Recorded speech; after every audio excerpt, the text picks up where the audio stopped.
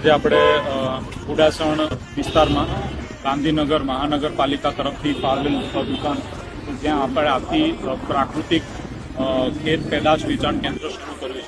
અહીંયા આગમાં ગાંધીનગર અને ગુજરાત પ્રાકૃતિક કૃષિ વિકાસ બોર્ડ સાથે સંકળાયેલા ખેડૂતો ગાંધીનગર જિલ્લાના 4 તાલુકાના ખેડૂતો જે પ્રાકૃતિક કૃષિ કરે છે તે સીધા વેચાણ કરી શકે તે માટેની આજે બજાર વ્યવસ્થાનો આજથી શુભારંભ કર્યો છે.